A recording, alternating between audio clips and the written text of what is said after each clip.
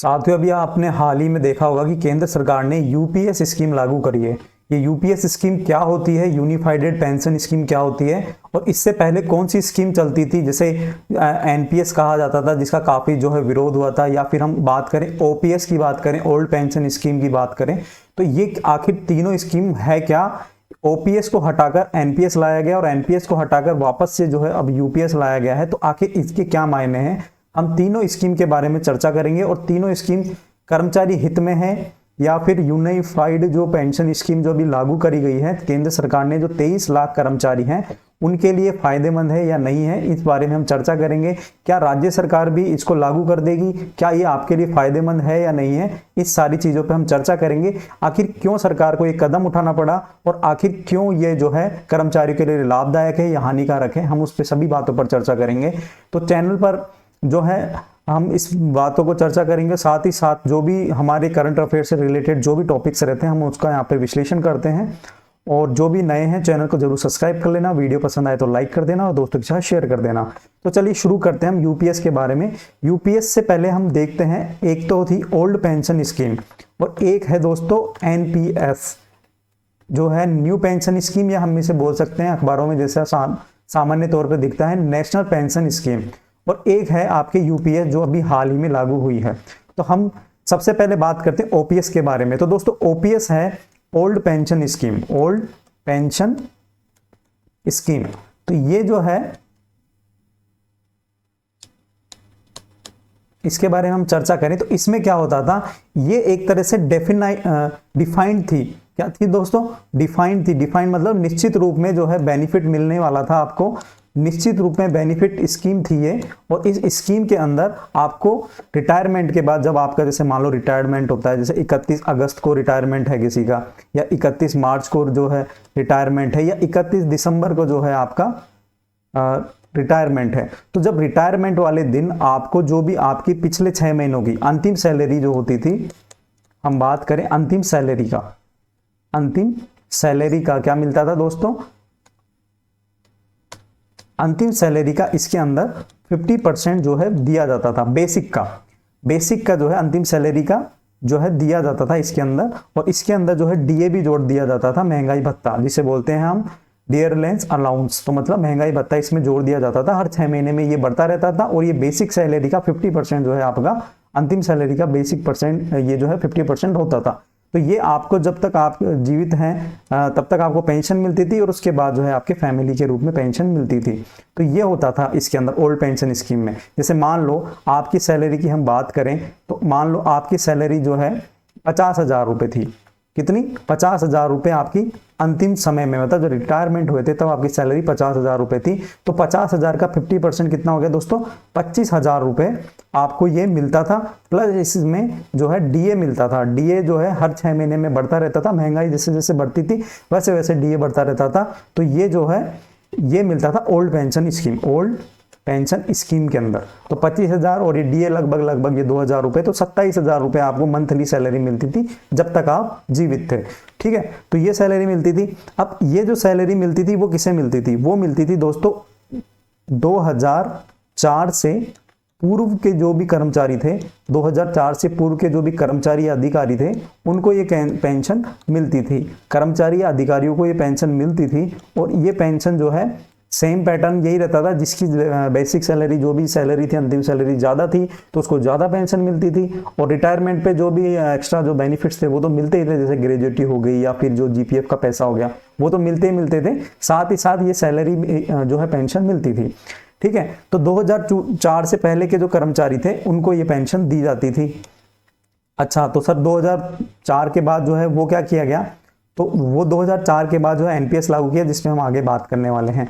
ठीक है, तो देखो 2004 तक ये मिलती थी कर्मचारियों को। तो इसके जो लाभ थे वो लाभ क्या थे?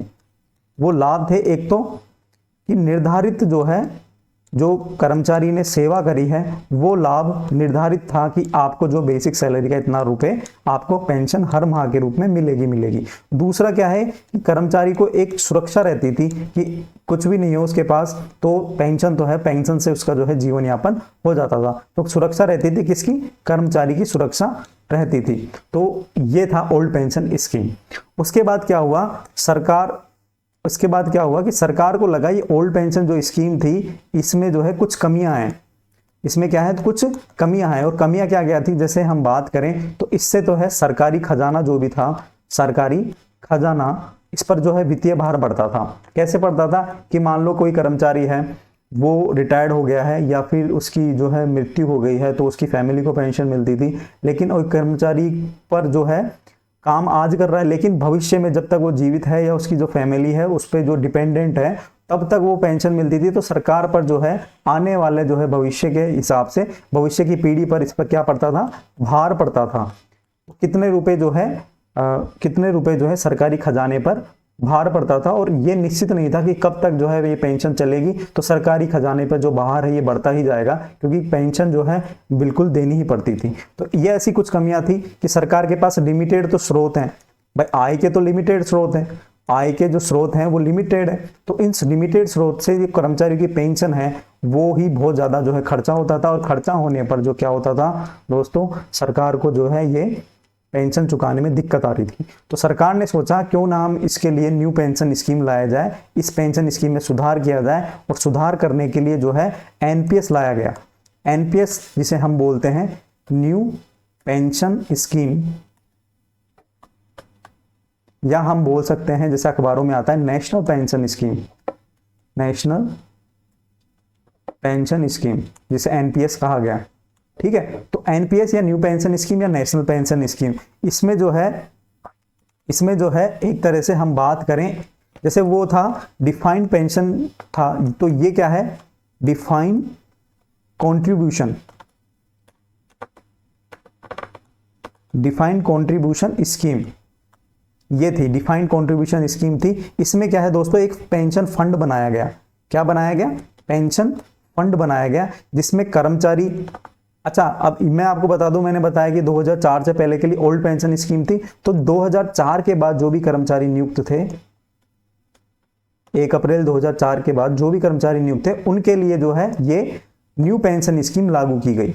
इसमें क्या किया गया, हम उसी पे चर्चा कर रहे हैं। इसमें दोस्तों क्या किया गया, एक पेंशन फंड बनाया गया, इसमें कर्मचारी को जो भी सैलरी होती थी, हर महीने की सैलरी में 10% जो है उसमें से कटौती होती थी, और ये पेंशन फंड में डाला जाता था, और जिसमें सरकार जो है इसमें जो है कंट्रीब्यूशन किया जाता था। कर्मचारी की जो सैलरी है उसका 10% पीएफ में डाला जाता था, पेंशन फंड में डाला जाता था, और कर्मचारी जो है, कर्मचारी के साथ साथ सरकार भी इसमें जो है 10% का योगदान करती थी। तो इस तरह से जो है इसमें 20% का योगदान किया जाता था। 2014 के बाद जो है सरकार ने अपना फंड को बढ़ाया, और इसमें जो है 14% जो है योगदान दिया जाने लगा। इस तरह से जो है 24% जो है पेंशन फंड के अंदर, पीएफ के अंदर जो है आपका पैसा जाने लगा। ठीक है, अब इस पीएफ का क्या करती थी गवर्नमेंट इस पीएफ का क्या करती थी दोस्तों, एक सेकंड, अब गवर्नमेंट क्या करती थी, इस पीएफ का जो पैसा था, इसको करती थी निवेश, मार्केट में निवेश करती थी, शेयर मार्केट में क्या कर देती थी, निवेश कर देती थी। निवेश करती थी किसमें, शेयर मार्केट में, शेयर मार्केट में निवेश करती थी। अच्छा, शेयर मार्केट में निवेश कर देती थी सरकार पीएफ के पैसे को, बिल्कुल। और जैसे जैसे शेयर मार्केट बढ़ता था वैसे वैसे आपकी जो है पेंशन भी बढ़ती थी। क्या बढ़ती थी, पेंशन भी इसमें बढ़ती थी। जैसे जैसे शेयर मार्केट गिरता था वैसे वैसे आपकी पेंशन भी गिर जाती थी। ठीक है, दूसरी बात इसमें जो है पेंशन, अब इसमें क्या होता था मैं बताऊं, आप जैसे कर्मचारी का रिटायरमेंट हुआ, कोई भी कर्मचारी का क्या हुआ, रिटायरमेंट हुआ, तो रिटायरमेंट पर जो है आपके, इसमें थोड़ी स्लाइड ले लेते हैं अपन, इसमें जैसे अब 2004 के बाद के कर्मचारी को क्या हुआ, रिटायरमेंट हुआ, तो रिटायरमेंट पे जो है क्या होता था, जो भी आपका मार्केट में पैसा लगाया है, पीएफ जो भी आपका है, उसमें जो है 60% अनुपात 40% ये होता था। तो 60% जो पैसा था आपको रिटायरमेंट के दिन सीधा जो है आपको मिल जाता था पैसा, 60% पैसा रिटायरमेंट वाले दिन मिल जाता था। ठीक है, और 40% जो पैसा है वो मार्केट, शेयर मार्केट में जो लगा रहता था उसके आधार पर जो है आपकी पेंशन बांध दी जाती थी, पेंशन बांध दी जाती थी। मान लो आपका रिटायरमेंट ऐसी टाइम पे हुआ है जब जो है शेयर मार्केट जो है बिल्कुल निचले स्तर पर है तो आपको पेंशन भी कम मिलेगी। मान लो अगर आपका रिटायरमेंट अच्छे टाइम पे, आपकी किस्मत बढ़िया है, शेयर मार्केट बिल्कुल हाई है, तो आपको जो है पेंशन बढ़ जाती थी। तो ये होता था पेंशन का सिस्टम एनपीएस के अंदर। अब इसमें जो है टोटल अमाउंट का 60% तो एक साथ मिल जाता था और 40% जो है आपका क्या होता था, पेंशन के अंदर बढ़ जाता था। अब इसका जो लाभ था, लाभ क्या था इसका दोस्तों, इसका लाभ था एक तो कि भार जो है इसका भविष्य की पीढ़ी पर नहीं पड़ता था। सरकार को जो है टेंशन खत्म हो गई थी, क्योंकि जो सरकार का जो पैसा था, जो भी पेंशन का फंड था, पीएफ जो था, वो सब सरकार शेयर मार्केट में डाल ही दी थी। तो शेयर मार्केट में डालने सरकार को भी इनकम हो रही थी और सरकार जो है शेयर मार्केट के आधार पर ही आपकी पेंशन तय कर रही थी। तो सरकार के ऊपर जो है अतिरिक्त भार नहीं आ रहा था, तो भार जो है भविष्य की पीढ़ी पर नहीं आ रहा था, नहीं आ रहा था। एक तो सरकार को लाभ ये था, ठीक है। दूसरा जो है सरकार का जो खजाना है वो भी खाली नहीं हो रहा था, खजाना खाली नहीं होता, ठीक है। ये तो दो लाभ थे इसके सरकार को। लेकिन समस्या क्या थी दोस्तों, इसका विरोध क्यों हुआ? काफी टाइम से जो है इसका विरोध हो रहा था एनपीएस का, कर्मचारी हो चाहे स्टेट गवर्नमेंट के हो चाहे आपके केंद्र गवर्नमेंट के हो, तो इसका है विरोध हो रहा था। विरोध क्यों हो रहा था कि एक तो पेंशन जो थी वो बाजार आधारित थी। पेंशन क्या थी दोस्तों? बाजार आधारित पेंशन थी, बाजार आधारित पेंशन थी, जिसमें जैसे मैंने आपको बताया कि उस टाइम जो है मार्केट का जो शेयर मार्केट है अगर बढ़ा हुआ है तो आपको पेंशन ज़्यादा मिलती थी। अगर कोई शेयर मार्केट मान लो कम है, तो मतलब शेयर मार्केट गिरा हुआ है, तो मान लो आपको पेंशन भी कम ही मिलती थी, ठीक है। तो इस तरह से जो है बाजार के आधार पर आपकी पेंशन होती थी। बाजार का जो उतार चढ़ाव था ना, उतार चढ़ाव की हम बात कर लें, तो इसके आधार पर क्या होती थी, पेंशन मिलती थी। तो इसमें समस्या क्या थी कि इसमें एक समस्या थी कि कर्मचारी वर्ग को पसंद नहीं आई। कर्मचारी बोला कि भविष्य में जो है हमारा साथ जो है धोखा हो सकता है, कि मान लो अब देखो पेंशन रिटायरमेंट होता है कर्मचारी 60 वर्ष में, 60 वर्ष में जब रिटायरमेंट होता है ना, तो कर्मचारी सोचता है कि हम आराम से जिंदगी जिएंगे। अब बाजार में जैसे मान लो कि शेयर मार्केट नीचे गिर गया तो उनकी पेंशन नीचे गिर जाएगी, तो हार्ट अटैक से कर्मचारी मर जाए, हैं टेंशन हो जाए उसको बहुत भयंकर वाली। और मान लो शेयर मार्केट ज्यादा बढ़ गया तो खुशी के मारे या जो है कर्मचारी के साथ वो हो जाए ना। खैर मजाक की बात है कि कर्मचारी को क्या है, एक तो निश्चितता नहीं थी, है ना। और कर्मचारी 60 वर्ष की उम्र में क्यों हेडक लेना चाहेगा कि शेयर मार्केट के आधार पर हमारी पेंशन हो, क्योंकि पहले से ही जो चली आ रही है चीज उसको आपने चेंज कर दिया है। तो उसके लिए थोड़ा सा विरोध हो रहा था। और क्या था, सरकार के हित में ये जो है स्कीम थी, सरकार के हित में थी लेकिन कर्मचारी के हित में नहीं थी। समझ में आ गया कर्मचारी के हित में क्यों नहीं थी और सरकार के हित में क्यों थी? कर्मचारी के हित में ये नहीं थी, ठीक है। अब कई गवर्नमेंट, अब ये है सेंट्रल गवर्नमेंट ने लागू किया। अब स्टेट जो गवर्नमेंट है उन जो स्टेट गवर्नमेंट के एम्प्लॉय होते हैं, उन्होंने जहां पर भी केंद्र समर्थित सरकारें नहीं थी, तो वहां पर जैसे हम बात करें राजस्थान की, हम बात करें पंजाब की, हरियाणा की, तो वहां पर जो है हरियाणा की नहीं सॉरी हिमाचल प्रदेश की, तो वहां पर ओपीएस लागू कर दिया गवर्नमेंट ने। तो ओपीएस ओल्ड पेंशन जो थी उसको लागू कर दिया। कौन कौन से स्टेट थे? एक तो है आपके राजस्थान, तो अशोक गहलोत सरकार ने जो है इसको लागू कर दिया था। दूसरा आपके पंजाब, पंजाब में भी इसको लागू कर दिया गया था ओल्ड पेंशन स्कीम को। और फिर थी हिमाचल प्रदेश, और चौथी थी आपकी छत्तीसगढ़। तो तीनों चारों गवर्नमेंट ने यहाँ पर जो है ओल्ड पेंशन स्कीम लागू कर दी। तो इससे क्या होता है, कर्मचारी तो खुश, पर सरकार को इससे क्या नुकसान हुआ? कर्मचारी तो खुश हो गए लेकिन सरकार को नुकसान हुआ, क्योंकि सरकार पर जो है अनावश्यक रूप से वित्तीय भार बढ़ रहा था, ठीक है। अनावश्यक रूप से क्या हो रहा था दोस्तों? वित्तीय भार बढ़ रहा था। अब फिर क्या हुआ कि फिर ये हुआ कि अपन इसको जोड़ लेते हैं एक बार। अब फिर सरकार जो है इसका जो है आंदोलन हो ही रहा था केंद्र में, तो सरकार ने जो अभी कुछ दिन पहले कमेटी की बैठक हुई थी सरकार और उसके बीच में जो है बातचीत हुई थी। बातचीत होने के बाद अभी सामने आया है कि यूपीएस यूनिफाइड पेंशन स्कीम को जो है लागू कर दिया गया है। आखिर ये यूनिफाइड पेंशन स्कीम है क्या, तो इसके बारे में हम देख लेते हैं। इसको जो लागू करने का जो डिसीजन लिया गया है वो लिया गया है दोस्तों, लागू करने का डिसीजन, वो लागू करने का जो इसमें डिसीजन लिया गया है वो है 1 अप्रैल 2025 से इसको लागू करने का डिसीजन लिया गया है। इसमें जो होगा दोस्तों, एक पेंशन फंड बनाया गया है। जैसे न्यू पेंशन स्कीम में पेंशन फंड था, उस तरह से इसमें भी पेंशन फंड बनाया गया है। और इसमें जो कर्मचारी है दिख रहा है क्या आपको? मैं कलर चेंज कर देता हूँ। इसमें तो कर्मचारी है और एक है सरकार।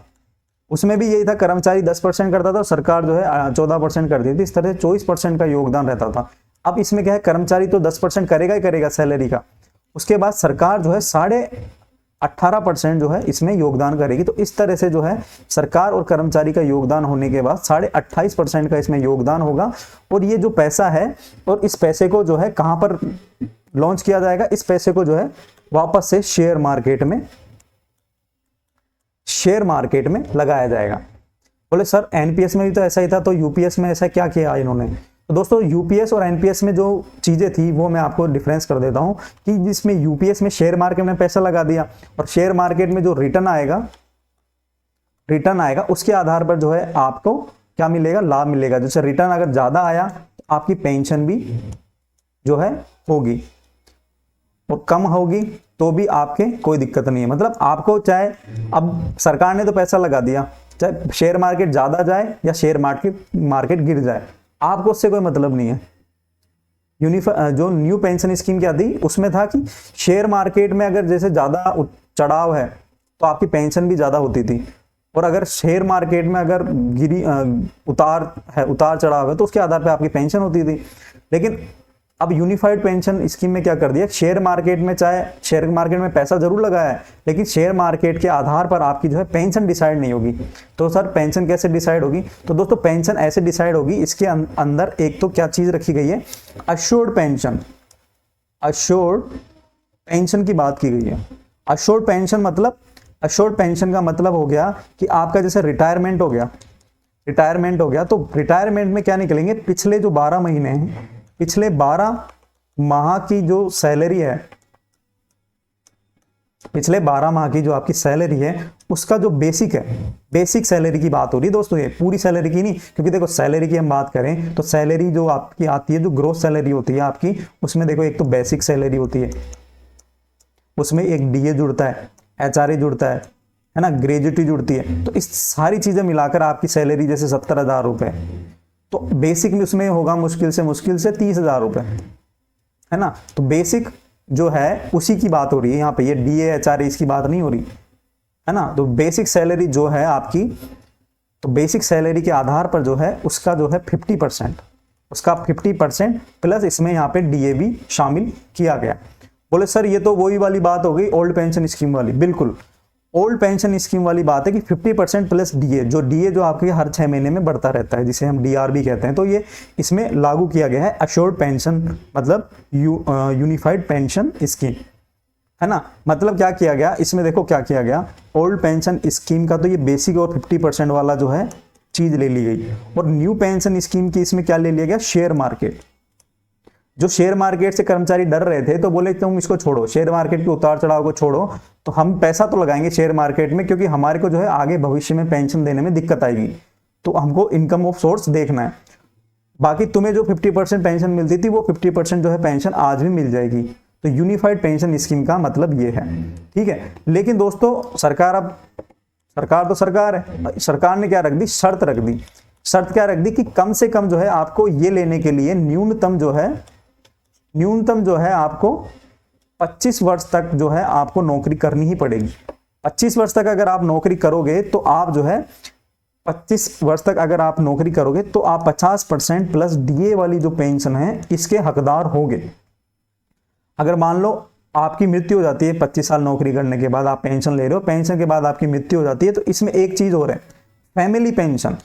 फैमिली पेंशन की जो बात की गई है उसकी बात है इसके अंदर कि पेंशन की जब मृत्यु हो जाए तो उसको जो है बेसिक सैलरी का 60% और प्लस इसमें डीए जोड़ा गया है।